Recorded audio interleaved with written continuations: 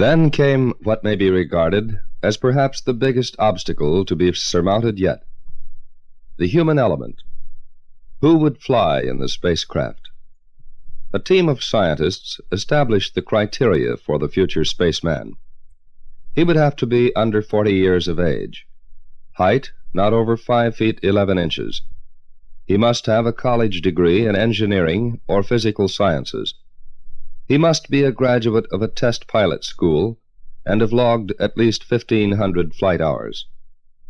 Out of the thousands of military aviators in the United States, electronic computers, by scanning the service records of all of them, picked 110 pilots who met the initial criteria. Dr. Robert B. Voss, who took part in the selection and later became director of training of the astronauts, tells the story. This work was done, of course, completely unknown to the individuals involved.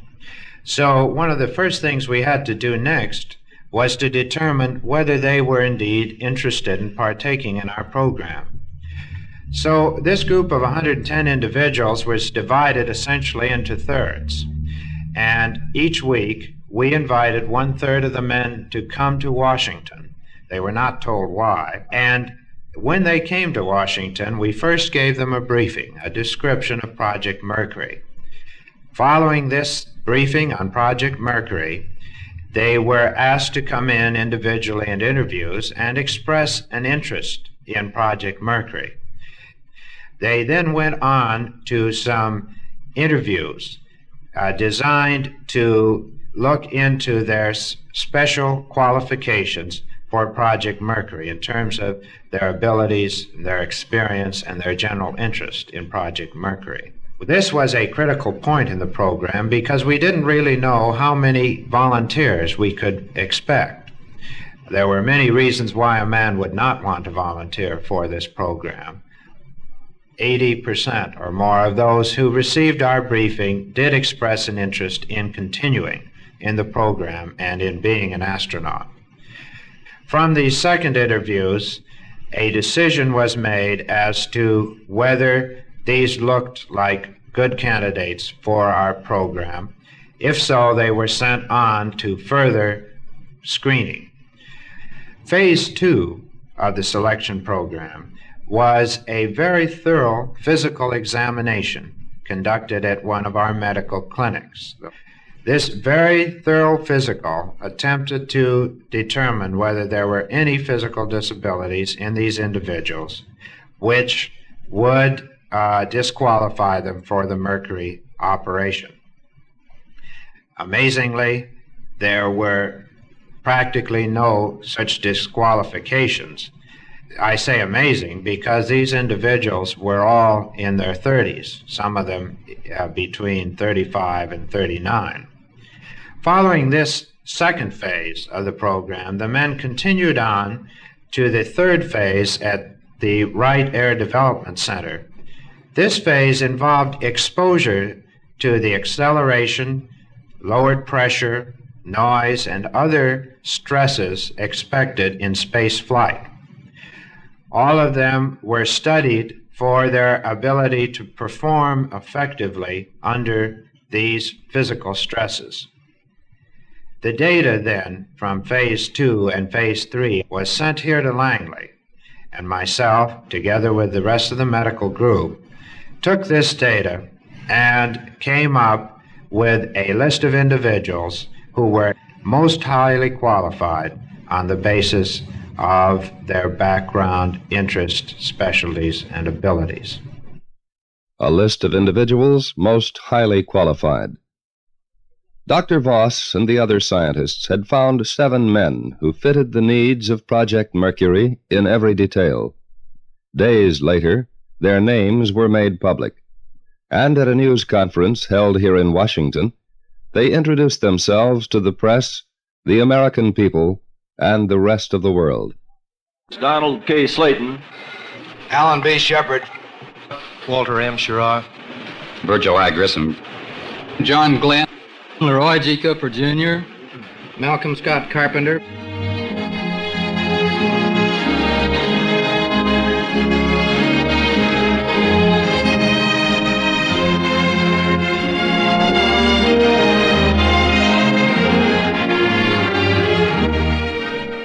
The selection of the astronauts was indeed an important step. But these 7 men had to be trained, prepared thoroughly for their mission in space. The National Aeronautics and Space Administration chose Langley Field, an Air Force base located in the southern part of the state of Virginia, as the main locale for their training. A few months ago, when we visited Langley to see how their training progressed, Lieutenant Colonel John Powers explained to us what took place there. Here at Langley, the day is divided right down the middle at about lunchtime. The morning period involves a high level or advanced level of education in astronautics, basic astronautics. This includes the basic physical laws of space flight, propulsion systems, electronic systems, guidance systems, launch and operational procedures, and this sort of thing. In addition, they're getting a very concentrated course on the physiology of flight, both atmospheric flight and space flight. After lunch, the men scatter in several directions. The men are continuing their aviation training. The purpose for the aviation training is to keep their skill high in the area of perceiving instrument and flight conditions, understanding those conditions, and then translating what they see into psychomotor or muscular actions so that they react to these conditions and react quickly, which we will have to do in the orbital flights. We also have 2 trainers here at Langley, 2 simulators, on which the astronauts are learning their space flight mission. These simulators have actual Mercury capsule instrument panels on them. The instruments are driven by an analog computer so that the pilot sees a presentation just like he will see in his capsule during spaceflight. In addition, in the afternoon periods, the astronauts are given time to do their own self-study programs. Each of the astronauts has been assigned to a specialized area of activity in Project Mercury, and the afternoons are spent collecting all of the information that is available on this particular subject, assembling it into note and outline and briefing form so that he can the next day or the day after present this subject material to the other 6 astronauts. They also take their physical training in the afternoon periods, sporting activities which involve vigorous physical activities on an individual basis. They do a great deal of skin diving. This does 2 things. One, it gives them familiarization with the breathing disciplines, that is, breathing under very controlled conditions. And in addition, it's a very vigorous sport, so that keeps them in good physical condition. They play handball, they run, they play tennis, primarily non-contact type sports. That about eats up 1 full day here at Langley. A few days ago, we asked Colonel Powers whether this statement is still valid, whether the training schedule has changed or will be affected by the flight of the first astronaut into space. Not 1 iota, he answered. All of them will eventually fly into outer space, he added. And for such a flight, one has to be in top physical condition. The astronauts are no different, let's say, than a professional athlete or musician. They exercise to keep their performance at a high level. So do the astronauts. The astronauts did not train at Langley exclusively. They visited the Cape Canaveral launching site, tracking stations in the Atlantic Ocean area, plants involved in the manufacture and testing of the rocket and the spacecraft, and the test area of the X-15, an experimental rocket-powered aircraft which will soon attempt its own manned flight into space. They witnessed spacecraft recovery operations aboard ships. They practiced eating and drinking in a weightless state, and they experienced the brutal power of acceleration. When we visited Langley Field a few months ago, astronaut Virgil I. Grissom gave us some additional details. We have our centrifuge training at Johnsville.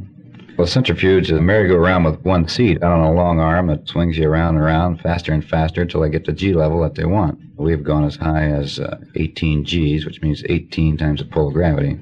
We have weightless flying, and then probably the biggest training flight will be riding the Redstone in a ballistic path. That was astronaut Virgil I. Grissom describing his training a few months ago. Meanwhile, the biggest training flight is already history. Of the 7 men, the honor fell to Lieutenant Commander Alan B. Shepard.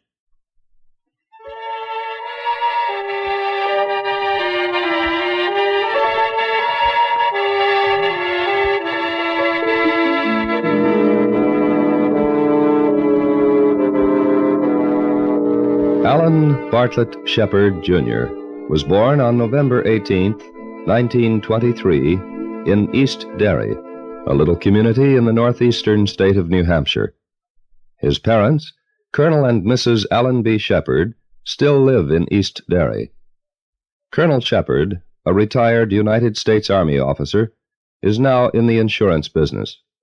But Alan has not lived there for many years, not since his graduation from high school in 1940.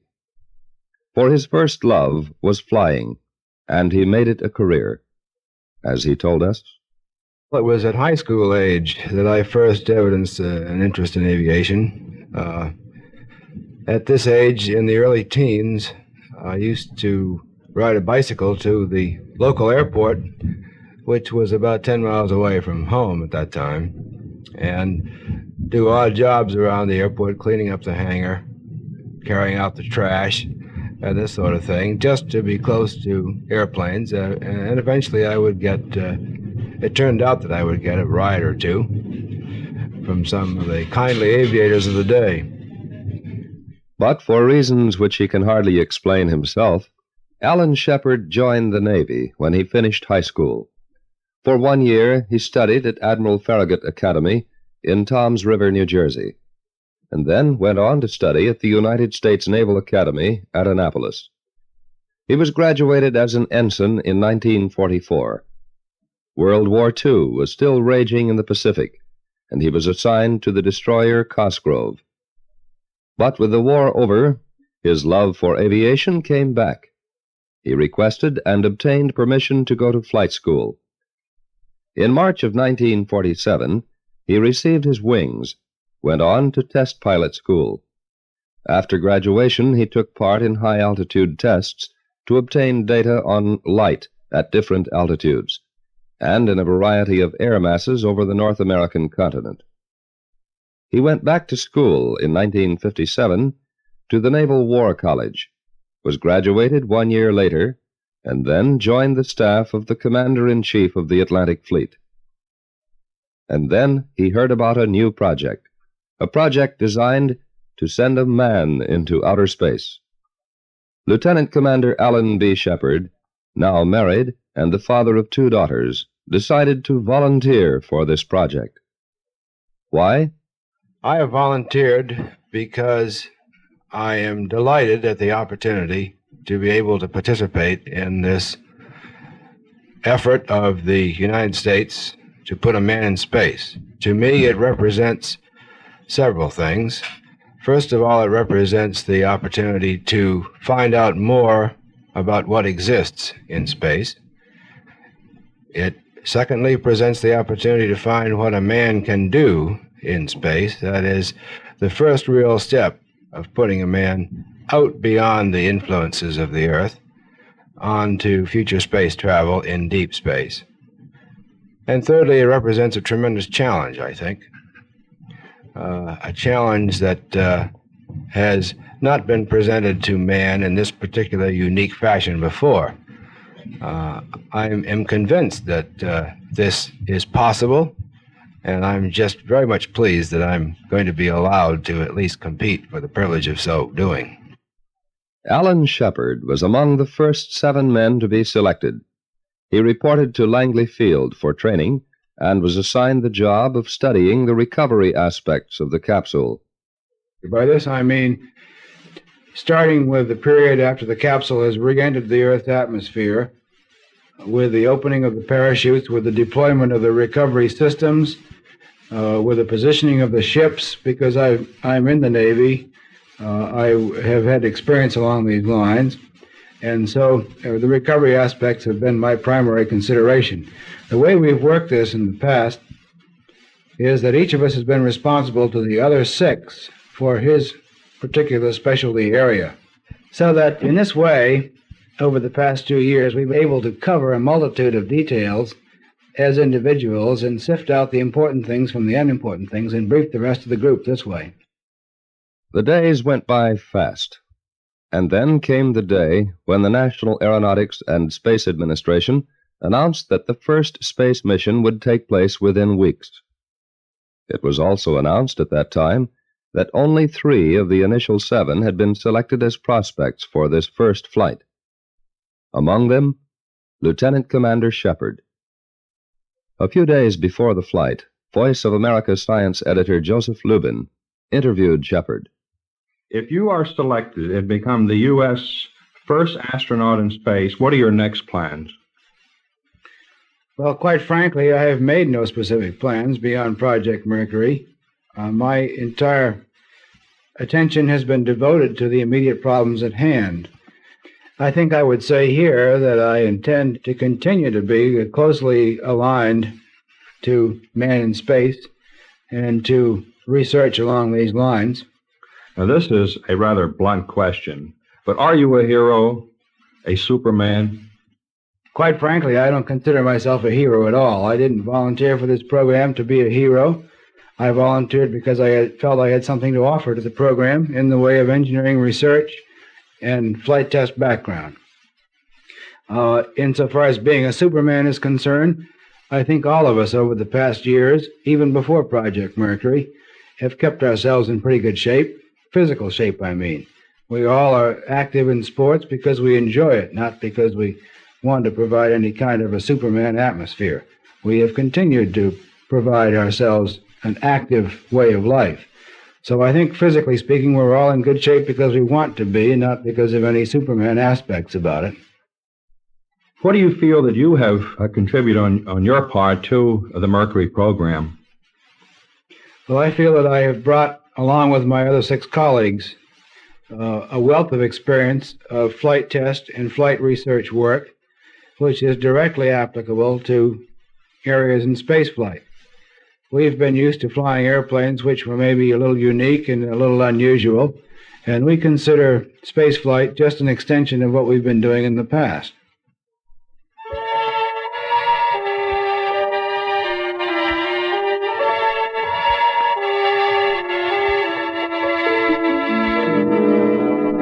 Alan B. Shepard does not consider himself either a hero or a Superman, nor do any of the people, including the other 6 astronauts who have worked with him for the past 2 years.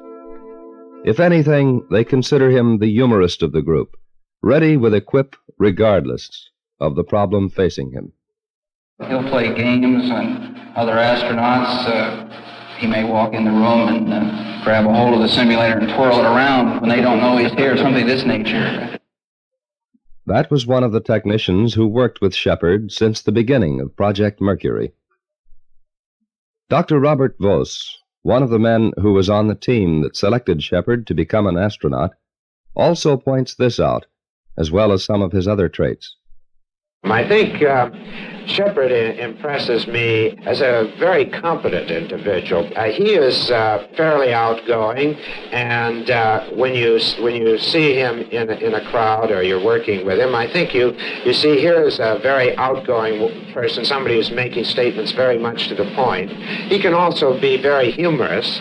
At a party, he's very much at home. He dances very well, for example, and he handles himself very well in a group and has a lot of good knowledge. But beneath this easygoing air lies a decidedly serious person whose mind is very much on the job he is expected to do. Dr. Stanley White, one of the scientists closely connected with Project Mercury and with Commander Shepard, says, He is, again, a very intelligent and very sharp, inquiring mind. He has the characteristic of, again, grappling with problems in a very methodical way.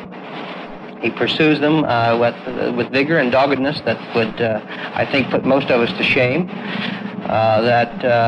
He, too, is a very active person in his community and is very socially responsible in keeping in mind his obligation that the astronaut has to youth and to his responsibility in this area. This, then, is the man who climbed inside the spacecraft perched high atop the Mercury Redstone rocket at 10:34 in the morning on Friday to accomplish the first mission in outer space by an American astronaut.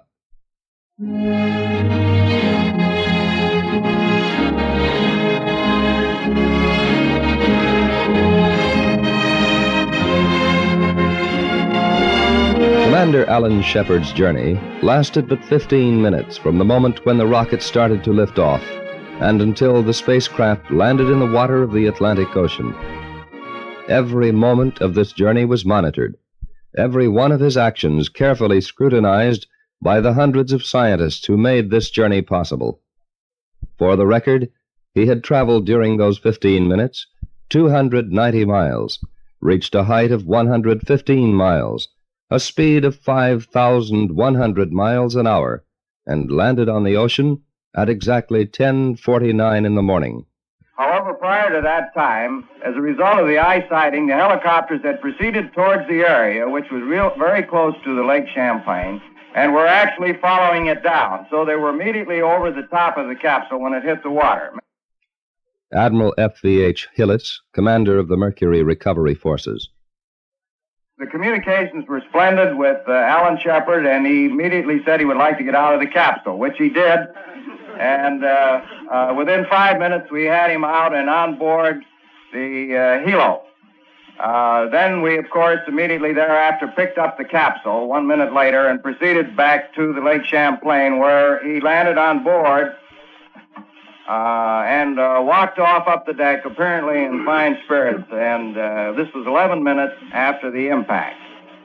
The landing area actually was about 297 statute miles downrange, and it was east-northeast of Grand Bahama Islands, 155 statute miles.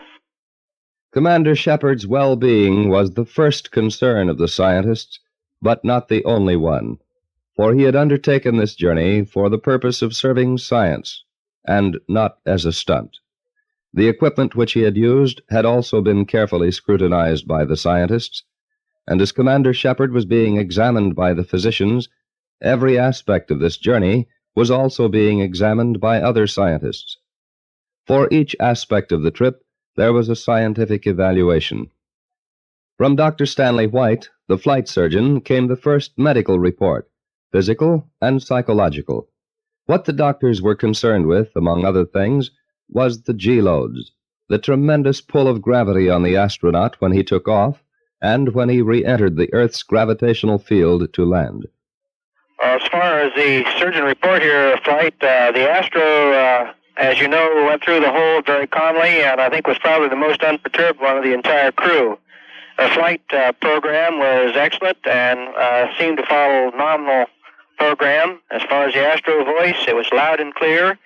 Followed the script on the operation. He was calling out his reports loud and clear, and we were never any worry in this area. The only time they showed any strain on voice was during the reentry G, and this was fairly comparable to that which we'd heard on the centrifuge program with similar G loads.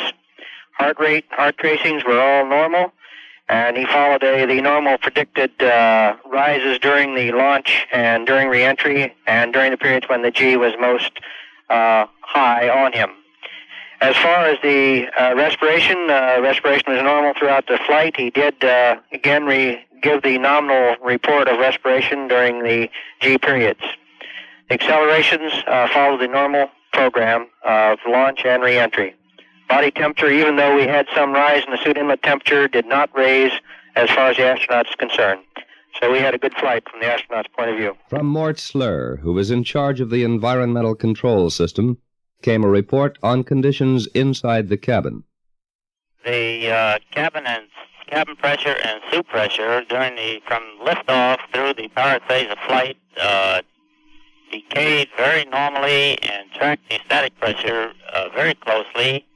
It came down to 5.5 psi and sealed at that point and held exactly at 5.5 right until the loss of signal at the end of the flight.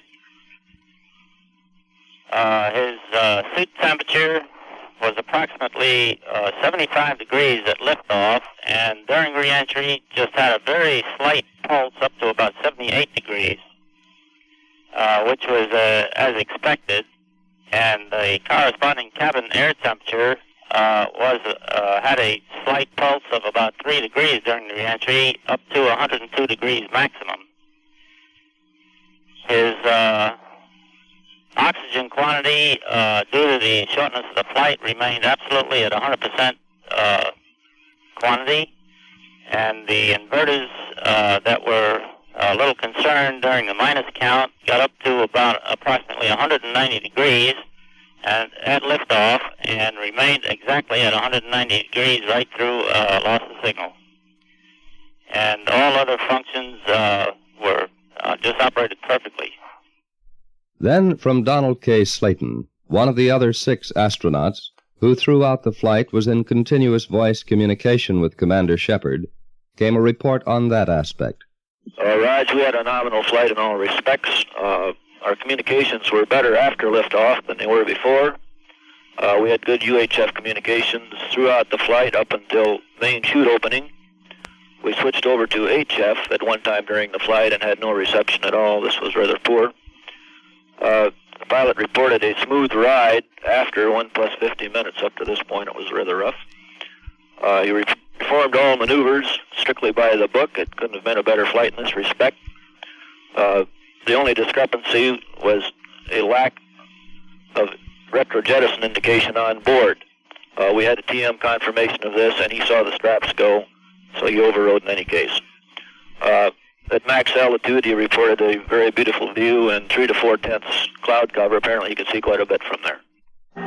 On the periscope, what on the periscope now? Cloud cover over Florida, 3 to 4/10 near the eastern coast.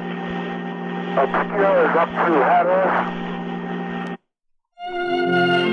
Many years ago, one of the greatest philosophers that ever lived, Albert Einstein, said, "The fairest thing that we humans can experience is the mysterious. It is the fundamental emotion which stands at the cradle of true science. He who knows it not, and can no longer wonder, who can no longer feel amazement, is as good as dead." Commander Alan Bartlett Shepard gave true science another chance to wonder, to feel amazement. For the second time in history, man passed that mysterious line at 100 miles. He invaded a truly inhospitable, eerie environment where death may have been his co-pilot. But he came back alive, ready to return. For return he must. He must return to explore some more, even though today it seems that there is not much in his exploration of space from the point of view of practical application. But as a distinguished scientist, Dr. Harrison Brown of the Jet Propulsion Laboratory at California Institute of Technology once put it, "There was no practical application in much of the exploration of America when it was first started. The lure of gold never really worked out. The golden cities of the Aztecs never worked. Ponte de Leon's Fountain of Youth didn't show up. Men will go into space because they need to and wish to." At Cape Canaveral, it is quiet today. Commander Alan Shepard is in the Bahamas, the other astronauts on their way back to work. For their work is by far not over. There will be an orbital flight, probably within a few months. And as the former head of NASA, Dr. T. Keith Glennon, put it when Mercury began, "We have only just begun Project Mercury. The months ahead will see many more tests, many more flights, many more recoveries.